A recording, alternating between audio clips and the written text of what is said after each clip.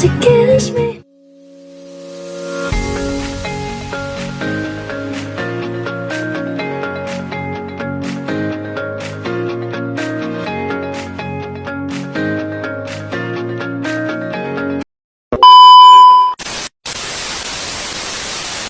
Assalamualaikum warahmatullahi wabarakatuh. Dalam rangka memenuhi tugas UAS Makro Ekonomi Makro dengan dosen pengampung Bu Peti Alisanti, kami dari kelompok 6 akan menjelaskan materi final bentuk perencanaan ekonomi.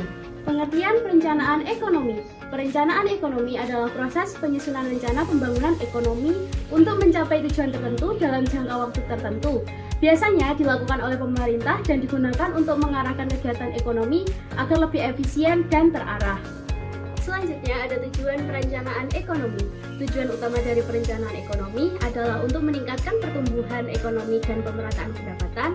Selain itu juga untuk mengurangi pengangguran, kemiskinan, meningkatkan kualitas hidup masyarakat, dan mengendalikan inflasi. Jenis-jenis perencanaan ekonomi dibagi menjadi 3. Yang pertama jangka pendek biasanya untuk 1 tahun, jangka menengah sekitar 5 tahun seperti RPJMN di Indonesia, dan yang ketiga jangka panjang bisa 10-25 tahun seperti RPJPN. Langkah-langkah perencanaan ekonomi ada 5. Yang pertama penetapan tujuan, kedua pengumpulan data, ketiga penyusunan rencana, keempat pelaksanaan, dan yang terakhir evaluasi serta pengawasan hasilnya. Contoh perencanaan di Indonesia, contoh nyatanya perencanaan ekonomi di Indonesia antara lain RPJM, rencana strategis kementerian atau lembaga dan proyek besar seperti pembangunan Ibu Kota Nusantara atau IKN. Manfaat perencanaan ekonomi. Dengan perencanaan ekonomi, arah pembangunan menjadi lebih jelas, sumber daya bisa optimal, kebijakan jadi lebih efisien, dan kita bisa lebih siap menghadapi tantangan ekonomi global. Oke, yang selanjutnya ada tantangan dalam perencanaan ekonomi. Tentu saja akan ada tantangan yang akan dihadapi seperti ketidakpastian global, keterbatasan anggaran, serta masalah data lainnya. Selanjutnya kesimpulan.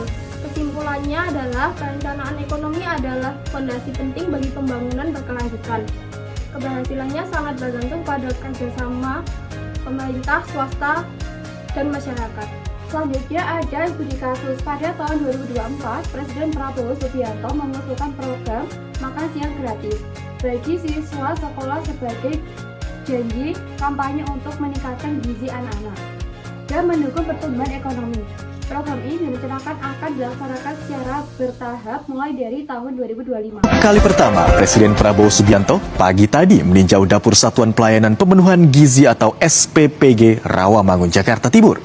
Presiden mengecek langsung proses persiapan makanan bergizi gratis bagi anak sekolah. Didampingi petugas SPPG Rawamangun, Presiden Prabowo Subianto melihat langsung menu makanan yang tengah disiapkan. Makanan yang disiapkan tampak dijajarkan di meja sebelum nantinya didistribusikan ke sekolah.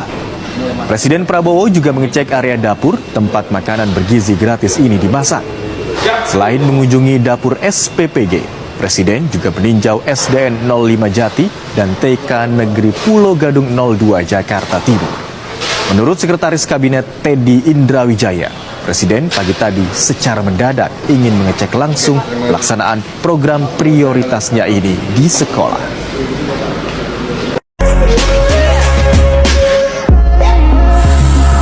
First you both go out your way and the vibe is feeling strong. And what's small turn to a friendship turn to a bond. And that bond will never be broken, the love will never get lost. And when brotherhood come first, then the line will never be crossed. Established it on our own when that line